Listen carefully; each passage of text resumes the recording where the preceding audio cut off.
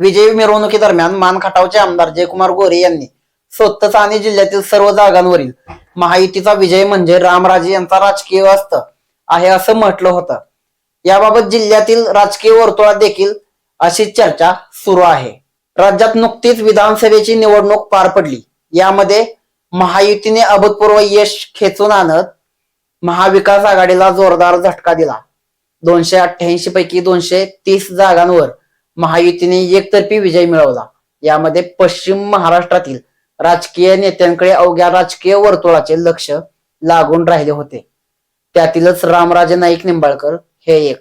मात्र विधानसभा निवडणूक निकालानंतर एकेकाळी राज्यातील राजकारणात दबदबा असलेल्या रामराजे नाईक निंबाळकर यांच्या जिल्ह्यातील राजकीय अस्तित्वालाच सुरुंग लागल्याचं चित्र सध्या निर्माण झालंय. रामराजे यांनी राष्ट्रवादीत फूट पडल्यानंतर शरद पवारांची साथ देण्याऐवजी अजित पवारांना साथ देणं उचित समजलं. मात्र ते अजित पवारांशी देखील एकनिष्ठ राहिले नाहीत. रामराजे नाईक निंबाळकर यांनी लोकसभेवेळी युती विरोधात उघड उघड बंड करत भाजपचे रणजित नाईक निंबाळकर यांच्या विरोधात काम केलं. अजित पवार गटात स्वतः राहून आपल्या कुटुंबियांना शरद पवार गटात पाठवून आणखी एक त्यांनी राजकीय डाव खेळला. मात्र तो डाव सध्या त्यांच्या चांगलाच अंगलट आल्याचं दिसत आहे. फलटण कोरेगाव विधानसभा मतदारसंघाचे तिकीट अजित पवार गटाकडून सचिन कांबळे पाटील यांना मिळाले.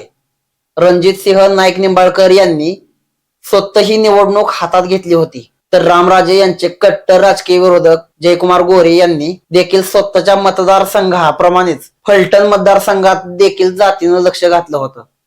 यावेळी युती धर्म न पाळता शरद पवारांच्या तुतारी चिन्हावर लढणाऱ्या दीपक चव्हाण यांची साथ देणं त्यांनी पसंत केलं. त्यामुळे रामराजे यांच्यावर दस्तूरखुद्द अजित पवार यांनी देखील तोफ डागत त्यांचे सल्ले ऐकल्याचा पश्चाताप होत असल्याची भावना व्यक्त केली होती. 23 नोव्हेंबर रोजी जाहीर झालेल्या विधानसभेच्या निकालात अजित पवार गटाच्या सचिन कांबळे पाटलांनी जोरदार मुसंडी मारत रामराजेंचा वरदहस्त मिळालेल्या दीपक चव्हाण यांना राजकीय आखाड्यात धूळ चारली. दुसरीकडे फलटण या स्वतःच्या बालेकिल्ल्यात आपले वर्चस्व गमावून बसलेल्या रामराजे यांच्या मध्यस्थी आणि आग्रहामुळेच मानखटाव विधानसभेचे तिकीट देखील आयत्या वेळी आलेल्या प्रभाकर घारगे यांना मिळाले.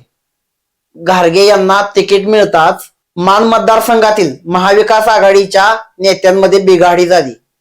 घारगे यांचे पक्षवाढीसाठी कोणतेही योगदान नसताना त्यांना तिकीट देऊन 5 वर्षे स्वतःच्या बळावर राष्ट्रवादी जिवंत ठेवणाऱ्या प्रभाकर देशमुखांना मात्र डावललं गेलं.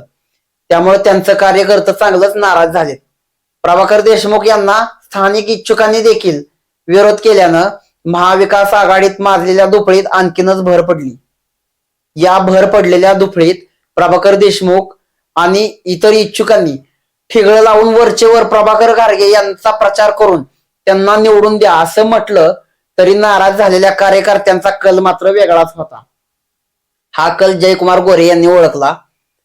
याच दरम्यान शेखर गोरे यांनी आपणास शरद पवारांनी फसवल्याचा आरोप केला आणि अचानकपणे ठाकरे गटाला जय महाराष्ट्र करून त्यांनी देवेंद्र फडणवीस यांच्याकडून विधान परिषदेच्या आमदारकीचा शब्द घेऊन भाजपच्या जयकुमार गोरे यांचा जोरदार प्रचार केला. राष्ट्रवादीचे अनेक कार्यकर्ते आपल्या बाजूला वळवून घेत खटाव तालुक्यातील शेखर गोरे यांनी जयकुमार गोरे यांना तब्बल 8,000चं मताधिक्य दिलं.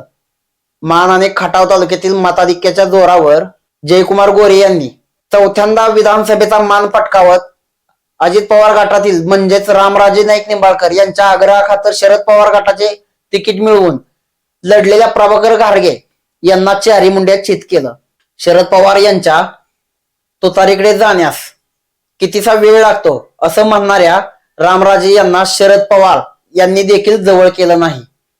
स्वतः ज्या पक्षात आहेत त्या पक्षाचे पक्षश्रेष्ठी असणाऱ्या अजित पवार यांनी त्यांच्या विरोधात गेल्यामुळं रामराजेंना त्यांच्या रोषाला सामोरं जावं लागलं.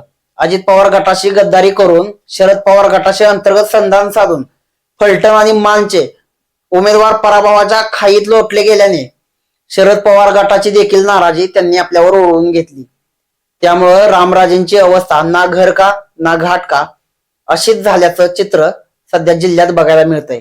जयकुमार गोरे यांनी रणजितसिंह नाईक निंबाळकर हे आधीच त्यांचे राजकीय वैरी, मात्र सोबतच्या माणसांना देखील रामराजेंनी स्वतःच्या राजकीय हव्यासापोटी गमावल्याची भावना प्रभाकर देशमुख, अभयसिंह जगताप, शेखर गोरे यांसारख्या लोकांच्या मनात निर्माण झाली.